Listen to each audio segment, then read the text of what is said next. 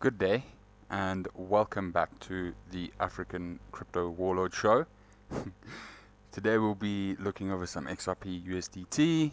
We have a new 15-minute distribution cone probability cone that has come out, and from here we're going to look for what is going to happen to the market. So as you can see it playing out here, down, up, and then we see what happens. Okay. So this has opened at last night, 4 hours before close, is where this data came on. Just to show you, if you have been watching, here are some levels in which you'll see price action is playing around at. Okay, so we've been in this previous range down here a few times. We're not afraid. What we can see here is there's actually a hidden bullish div. If this data loads up, or not a hidden bullish div, but there's bullish div here that's forming out of this region. Let me turn those off and then switch PB cones back on. So because this is on the 15-minute data, we're just going to quickly go have a look at the 15-minute return oscillators and what they have to say. Okay, so outlier point is occurring here, contraction, well, still positively correlated. So this is sideways or a little bit down on this open, okay, for the next 6 minutes. Let me put my ultimate power means on.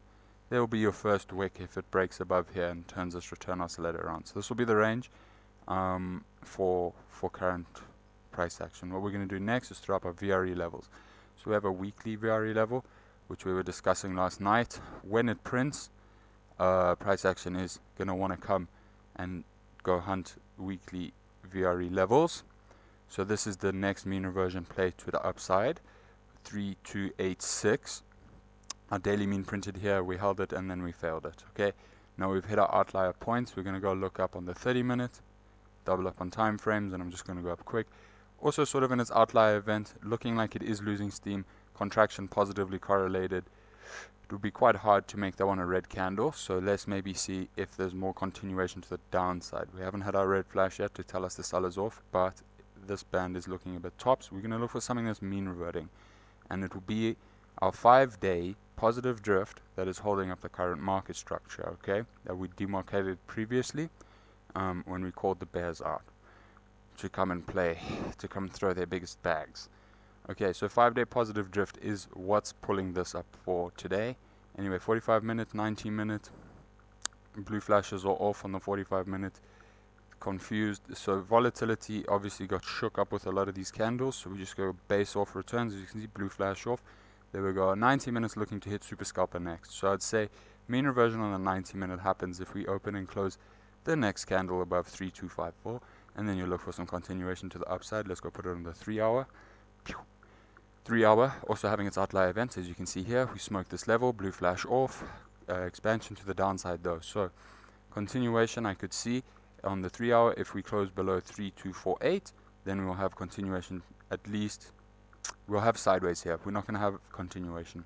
Let me reset that. We're going to have sideways here. Both these things are in complete opposite directions of each other. That means they negate each other, which means price action goes sideways.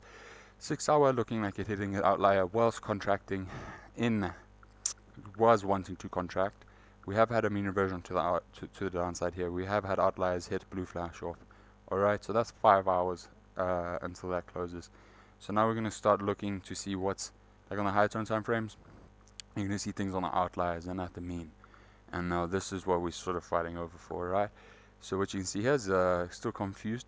Both are red and these two are opposites, so they negate each other. A lot of sideways action that we're monitoring in the book today. Get rid of that.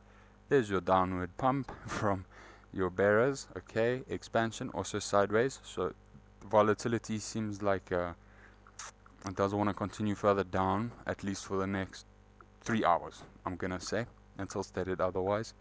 3-day has, again, this is just being chopped up, but it's pulling through, as you can see. Lower, lower, low, lower, high, right? It's getting there. Contraction positively correlated. Next best alternative is still in contraction phase.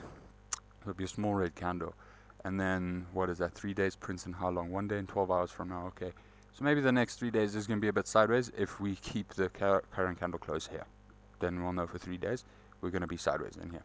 Okay, 5 days. 5 days looking like it mean reverting. and it's got denied mean reversion. Okay, so this was our big important signal. Even with this huge dump that's come through our book, as you can see, Shannon Entropy still has positive drift, and this hasn't changed since we were printing above the daily mean. Alright, so they've had a big fight to the downside, and this is just saying, sorry Oaks, it's volatility is going down, so volatility is decreasing, and price action is significantly not correlated to that. Okay, so then from there, 7 day. What have we got on 7 days? 7 days hitting its blue flashes, which would make sense if it was to base itself off of this level here, adding in the previous bull divs that we can observe. Expansion to the downside, that is your continuation that we were monitoring on that. 21 day, and this is our beauty. So 20th of August, 22nd of August, 12th of September. We've had our blue flashes off, returns are decaying to the downside. This tells me that this candle is not going to be bigger than that one. Right, and as you can see, if it's not bigger than that one, then we're going to set in a bull div. Wow, it's amazing. It's amazing. I love this data. Anyway, so there's your outlier point on the 21 day. Let's go back it up on the 15 and see where we can scalp for the day. So ideally, I'm looking for any failures at, there you go, it's your distribution cone, but let me just make sure that it's on the right data. Move it back. Yeah, I think I have to move it back 2 or 1. Moving it back 1. Cool. Bless. There you go. Bullish div can be formed if this thing spikes all the way down real quick. 2 candle closes below JMA red. We'll come visit this region. General idea being is 2 candle closes above probability cone level here.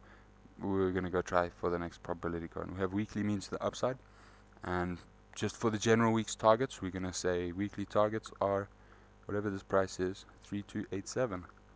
So look and wait for good continuation back to the mean. That's what we're observing here, and we are how many levels down? I hope this was helpful. Let's not forget about positive drift. Okay, let me switch those off. Sorry, I look at this all the time. Okay, so that's 1, 2, 3, 4.